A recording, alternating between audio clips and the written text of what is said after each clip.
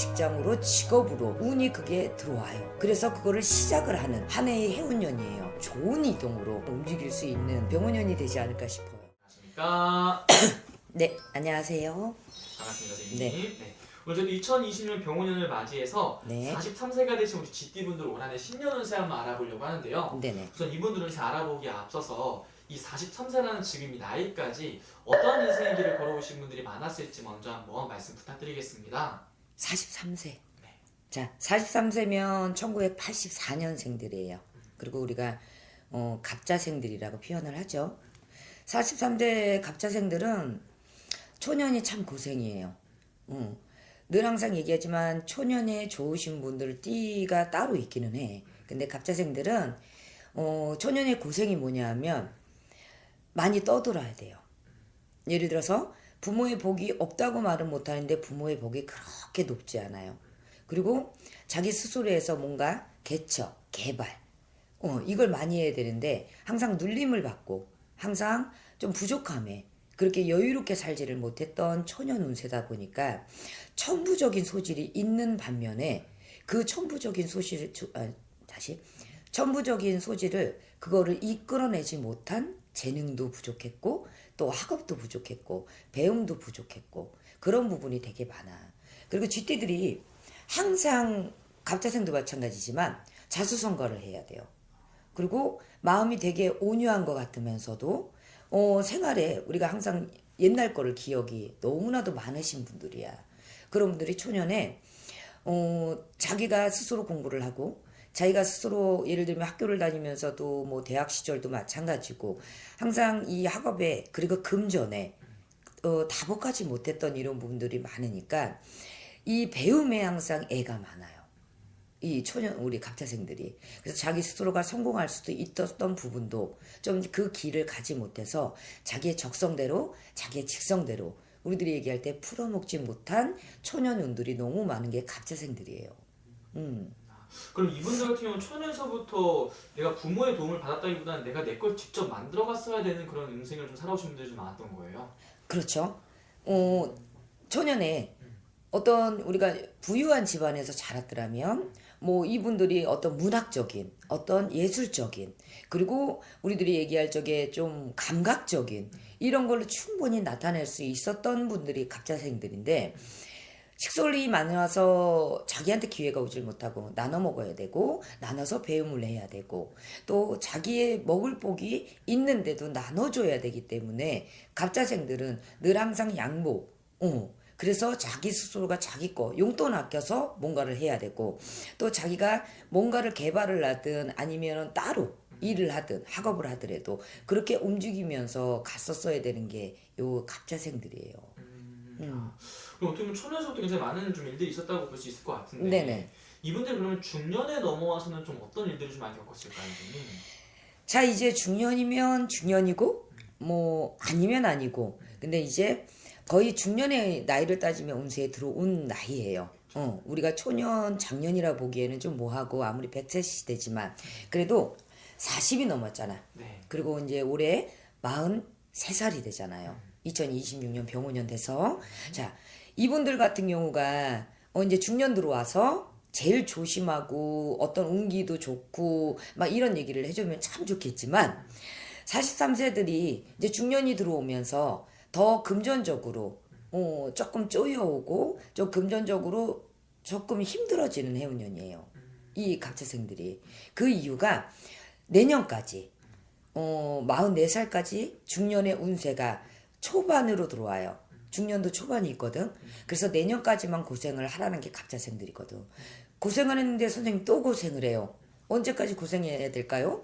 그래도 이번 연도는 좀 풀릴 줄 알았는데 유유 막 이런 얘기를 하실 수도 있어. 근데 성품이 되게 올고르신 분들이거든. 그러다 보니까 자기가 가지고 있으면서도 중년에도 어떤 내 자식들을 위해서 그리고 내 식솔들을 위해서 그리고 내 지인들을 위해서 올해는 움직임 수가 너무나도 많고 그리고 또 금전으로 내가 써야 되고 나가야 될 중년 운이거든. 그러다 보니까 중년에 본인들이 돈이 너무 많이 나가요. 중년이 43살이 됐어. 근데 이 중년운이 너무너무 힘들어요. 금전으로. 이렇게 생각할 수도 있는데 그렇지 않아요. 왜냐하면 중년 초반에 금전이 다 나가고 나고 뭔가 움직임 속에서 갚아가고 그 금전의 운세가 이 중년 초반으로 끝나요. 갑자생들이. 그래서 여러분도 우울해하지 마요. 그래도 중년 초반이 지나고 나면 그래도 금전이 서서히 쌓이기 시작을 할 거니까 우리 올해까지만 그래도 허리도 졸라맸던 거 숨고르게 했던 거 그거 그냥 좋게 생각을 하고 넘어가시면 중년 초반 운세가 나쁘지 않다고 얘기해드리고 싶어요. 좋습니다. 그러면 선생님, 이분들이 43세라는 나이까지 살아오면서 네. 가장 힘들었던 시기를 꼽자면 어느 나이 때 가장 많은 일들이 좀 있었다고 볼 수 있는 걸까요?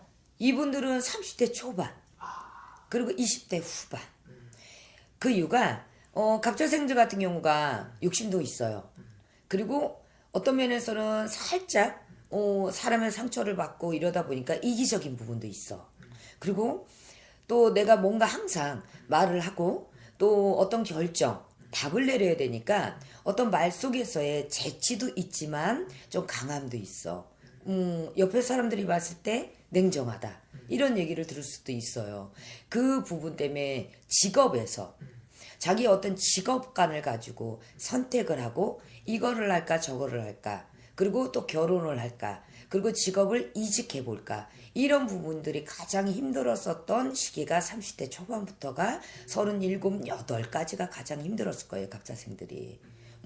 그리고 자기 스스로가 내가 이걸 포기할까 또 이제사 어떤 가정을 가지고 움직이려고 하는데 내 짝이 그리고 인연이 부부의 연이 사람으로 인한 상처 때문에 너무나도 속을 끓고 그리고 너무나도 어떤 상처를 입고 아픔을 가지고 그리고 30 초반부터 30 중반까지 말까지 아마 그렇게 오셨던 그 시기가 30대가 가장 힘들어하셨던 분들이 가장 많을 거예요. 갑자생들.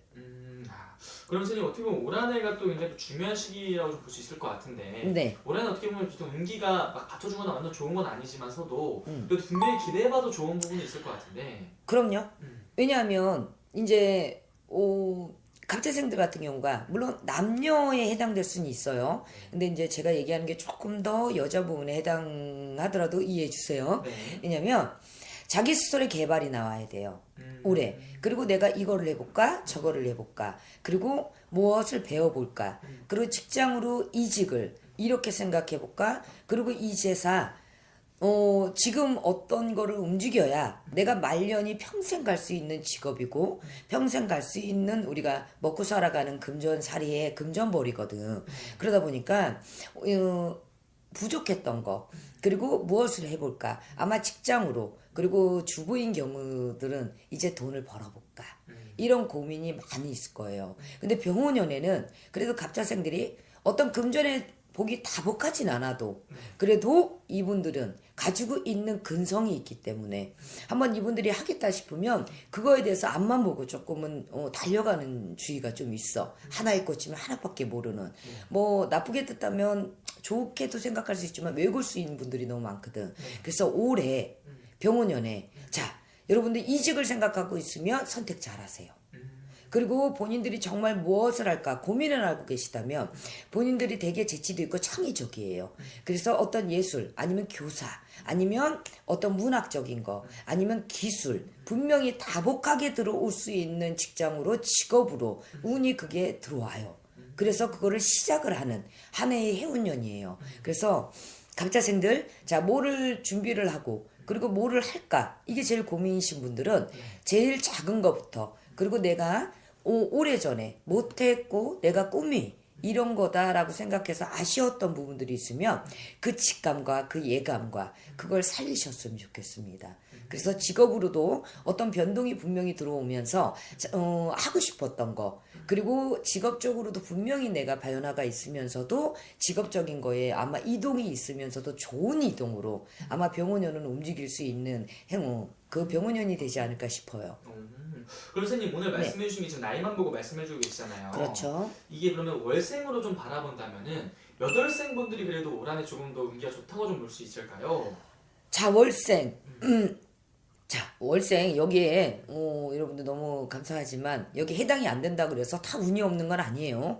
이건 저의 개인적인 갑자생들의 월생이기 때문에 조금 참고하셨으면 좋겠고, 자, 43살 갑자생들이 가장 오래 그래도 병원연에 음력인지 양력인지도 좀 말씀을 드릴게요. 저희는 음력 기준입니다. 자, 정월생들, 1월생들 이제 숨지 않아도 돼요. 그리고 뭔가 내가 슬픔, 아픔, 그리고 그동안에 내가 눌렸고, 정신 없었고, 뒷바라지 않으냐고 애썼던 거, 이제는 나의 자아 개발을 할 수 있고, 직업을 가질 수 있는 1월생들이 아마 병원연에 가장 좋을 거예요. 그리고 4월생들, 또 3월생들. 자, 우리 쥐가 이제 나와서 배고팠잖아요. 그리고 뭔가 많은 거를 축적해 두지 못했잖아요. 이제 올해는 3월, 4월생들이 무언가가 갚아지고, 그래서 나한테 어떤 저축을 할 수 있고, 또 나한테 무언가가 늘어나는 해운년이에요. 그 늘어난다는 건 금전뿐만이 아니라 식솔도 늘어나고 사람도 늘어나고 귀인들이 왔었으면 좋겠고 내 편이 있었으면 좋겠는 게 어떤 면에선 좌우 오른팔 왼팔에서 뭔가 내가 그래도 사람의 덕을 얻을 수 있는 게 3월 4월생들, 그리고 또 하나 달을 호명하자면 8월생들.